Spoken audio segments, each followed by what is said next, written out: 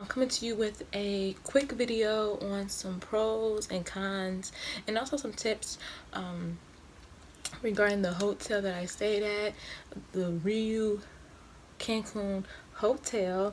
My overall experience was great, but it's just a couple of things I want to point out on the pros list and on the cons list that may be helpful. Yes, the first pro that I have about the hotel is it was really clean.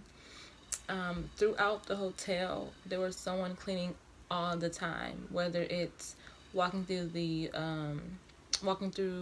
the lobby, eating at the buffet, the pool, the beach. It was like just someone always cleaning. You have access to so many clubs, bars, restaurants, malls. Like it's a perfect area. It's a perfect location for that. Literally walking distance. It's about 5 minutes or so to walk to the hotel, to the strip. Really in a convenient spot. Like if you're there for like more partying, then I would recommend this hotel because they don't really brand it as partying, but it's in the really in the center, in the area for it. So if you're a person who likes to go to clubs, night scene, then I'll recommend. If you want to go to a restaurant, if you want to go to Senior Frogs, if you want to go to Fat Tuesday, if you want to go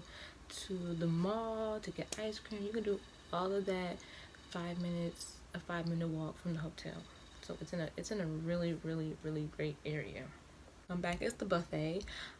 They had so many options on the buffet. Like it was impossible for you to go in there and say you don't know what you want to eat, because it's so much food, especially the breakfast.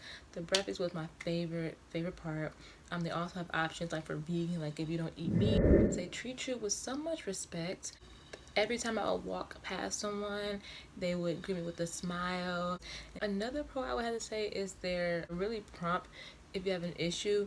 We had an issue with our toilet, and as soon as we called, they were literally up there in minutes, like literally minutes. We didn't have to wait. He came right up, solved the problem. Another pro, and this is kind of like weird, their showers. The showers, the pressure was awesome. The temperature was awesome. And we didn't go to all of the entertainment shows, but what we did see of the Michael Jackson one, it was fun. It's not, like I feel like it was kind of mediocre, corny, but in the way that it was just like fun to enjoy. It wasn't like, oh my god, horrible. Of course you're not gonna be seeing a 5-star show like Vegas, but it is really nice. It's enjoyable. Another pro is they had an ATM actually in the hotel. That's the ATM that I went to get money out of. They don't really recommend you to use the ATMs off of the premises because some of them are rigged. You may get your car information stolen, so I feel like it's just the best bet to stay on the hotel when you're using the ATMs or going to a bank, but it's just really convenient with the ATM being right in the lobby if you ever need extra cash. Alright, now this is a part where I go over my cons. Some of my pros are kind of on the cons list depending on how you look at it, so this just is for the first con that I had is the area. It is an awesome area for people who like to go to clubs, who want to kind of be on the scene. It's perfect for other people who don't really like the club scene but want to go off the hotel. This hotel may not be for you.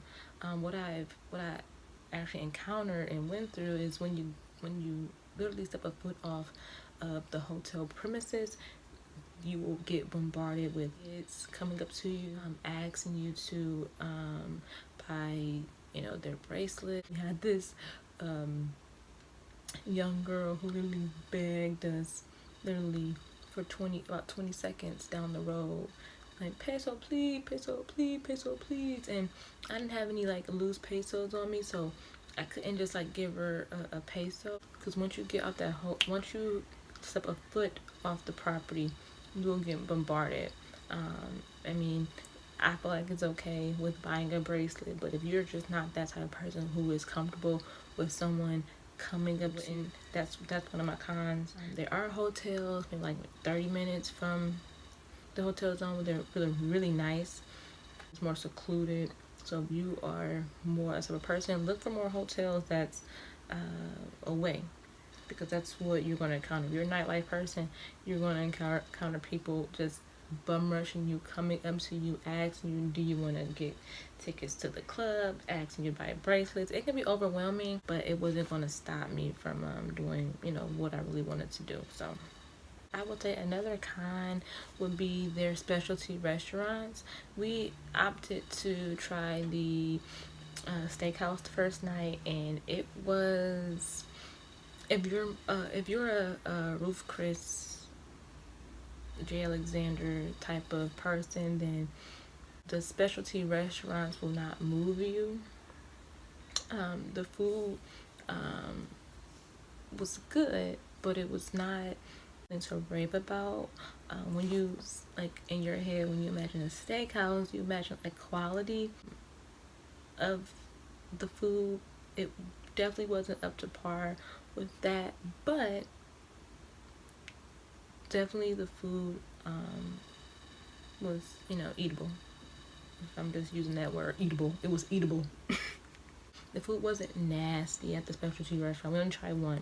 The food wasn't nasty at the restaurant. Another kind was, you have to get to the pools fast. Like, if you want a seat at the pool, then you have to get down there like at 6-7 o'clock, because if you're not, people are already going down, holding their place with literally a chair, a stroller, a beach ball. But like to sleep in, you have to get up early, put your place down. The two other cons that I had, and they're not really like cons where I'm like bashing the hotel or anything, because it comes with the territory. But the first thing that I noticed when I walked into our room was that it was really, really, really cold. Of course, hot weather, cold room, okay. But then what made it worse is this: if you want it to be not cold, you cut off the air. But when you cut off the air and you open the door, it's going to get muggy. So it was really no in between, like, to just be comfortable. That was really a con for me. I probably wouldn't go back to that hotel in particular, because it was just really, there was no in between. That could be a make it or break it for someone who hate being cold. That could be a problem. But to control the mugginess, close your door, calm the air. But if you are a person that just hates being cold, then it's really gonna bug you. But then if you cut the air off and open the door, it's gonna get really wet and muggy and nasty. Like that's one of my biggest cons, because it really affected my sleep. So again, this may not be for a lot of people. It may not be a con for a lot of people, but for a person who gets cold easily and hates being cold,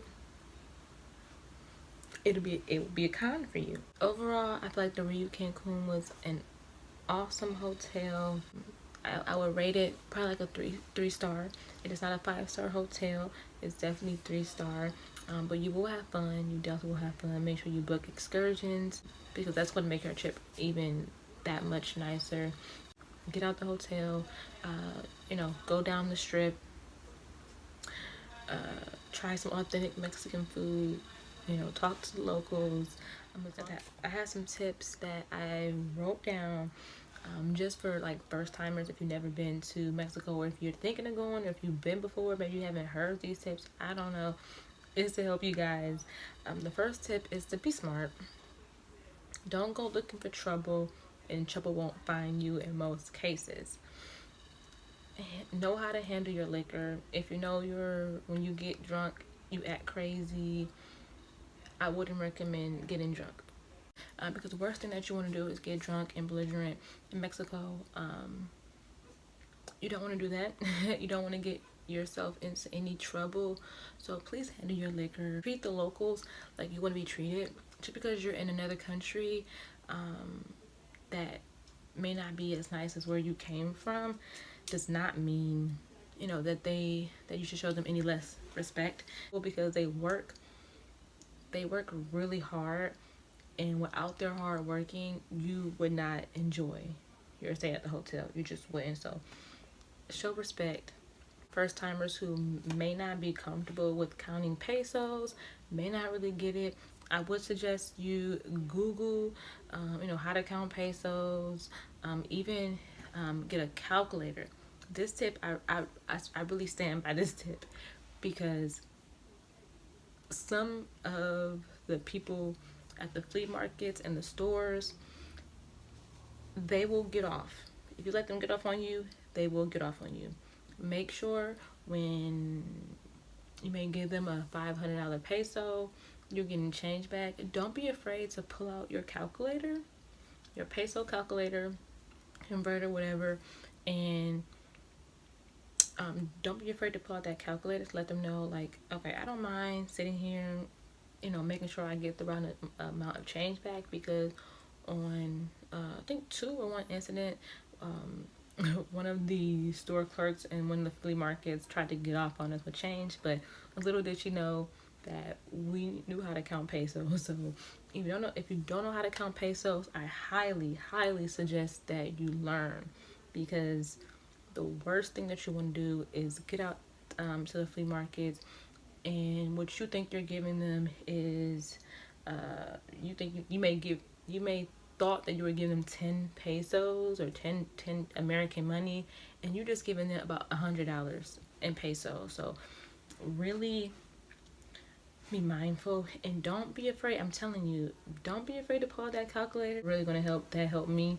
So, and unfortunately, it's going to happen. Of course, you get some honest people out there who actually kind of help you, but then you're going to get the people who,